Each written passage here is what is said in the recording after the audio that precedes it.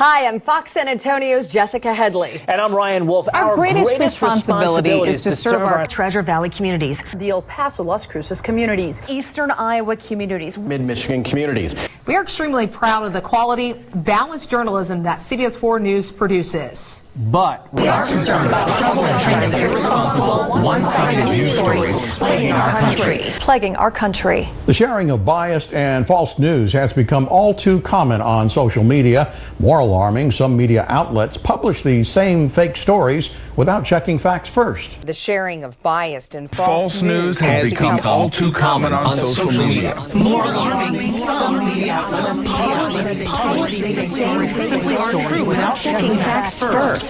Unfortunately, some members of the media use their platforms to push their own personal bias and agenda to control exactly what people think. And this is extremely dangerous to our democracy. this is extremely dangerous to our democracy. This is extremely dangerous to our democracy. This is extremely dangerous to our democracy. This is extremely dangerous to our democracy. This is extremely dangerous to our democracy. This is extremely dangerous to our democracy. This is extremely dangerous to our democracy. This is extremely dangerous to our democracy. This is extremely dangerous to our democracy. This is extremely dangerous to our democracy. This is extremely dangerous to our democracy. This is extremely dangerous to our democracy. This is extremely dangerous to our democracy. This is extremely dangerous to our democracy. This is extremely dangerous to our democracy.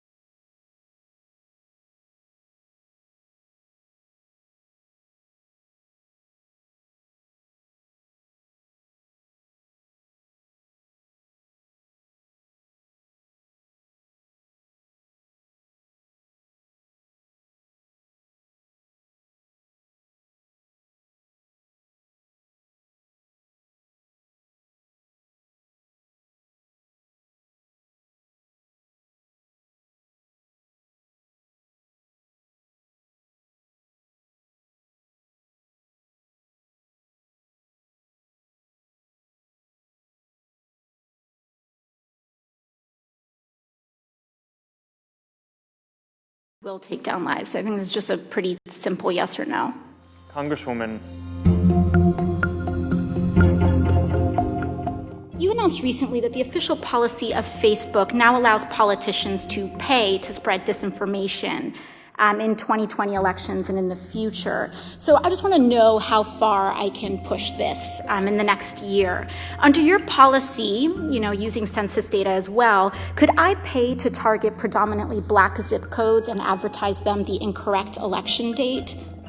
No, Congresswoman, you couldn't. We have, even for these policies around the newsworthiness of content that politicians say, and the general principle that I believe that... But you said you're not going to fact check my ads. We have, if anyone, including a politician, is saying things that can cause, that is calling for violence or could risk imminent physical harm or voter or census suppression when we roll out the census suppression policy, we will take that content down. So you will... There is some threshold where you will fact check political advertisements. Is that what you're telling me? Well, Congresswoman, yes, for specific things like that, where there's imminent risk of harm. Could I run ads targeting Republicans in primaries saying that they voted for the Green New Deal? Sorry, can you repeat that? Would I be able to run advertisements on Facebook targeting Republicans in primaries saying that they voted for the Green New Deal? I mean, if you're not fact-checking political advertisements, I'm just trying to understand the bounds here. What's fair game? I don't know the answer to that off the top of my head. I think so. You don't know if I'll be able to do that. I think probably. Do you see a potential problem here with a complete lack of fact-checking on political advertisements? Well, Congresswoman, I think lying is bad, and I think if you were to run an ad that had a lie, that would be bad. That's different from it being, in our position, the right thing to do to prevent your constituents or people in an election from seeing that you had lied. So you won't take down lies, or you will take down lies? I think it's just a pretty simple yes or no. Congresswoman, I'm not talking about spin. I'm talking about actual yes, in most cases, in a democracy, okay. I believe that people should be able to see for themselves what politicians that they may or may not vote for so are you saying, won't take judge them their down. Character for themselves. So you won't take. You may flag that it's wrong, but you won't take it down.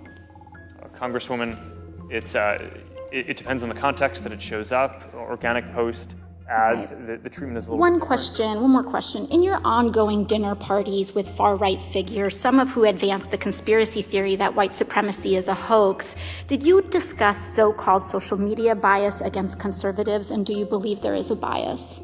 Congresswoman,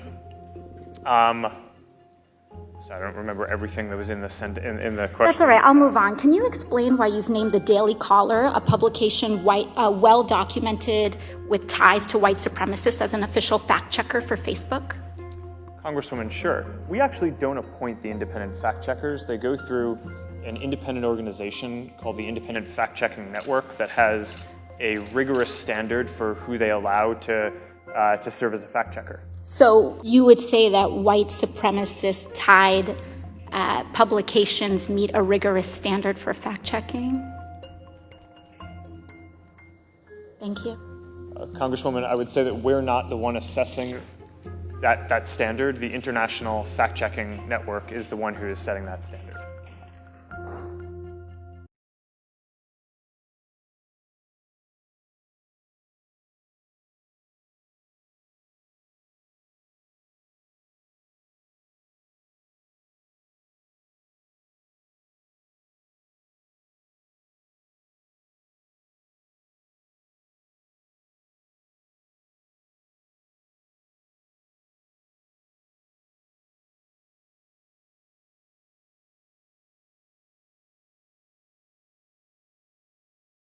I consider the Trump administration a danger to the world, but I regard it as a purely temporary phenomenon that will disappear in 2020 or even sooner. Last year you talked about Facebook and the platforms a lot. To sort of summarize those questions, do you think the company is doing a better job today? Not at all. I think Facebook played an important role in getting Trump elected in 2016, and I'm really afraid that he will do the same thing in 2020, because there is nothing really to stop him. There is a regulation that exempts social platforms for having any liability for publishing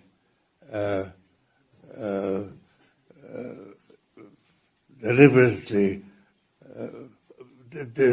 falsehoods by candidates for election. There's nothing to stop them. And I think there is a kind of an informal mutual assistance operation or agreement developing between Trump and Facebook, and Facebook will work to re-elect Trump, and Trump will protect Facebook so that this situation cannot be changed, and it makes me very concerned about the outcome for 2020.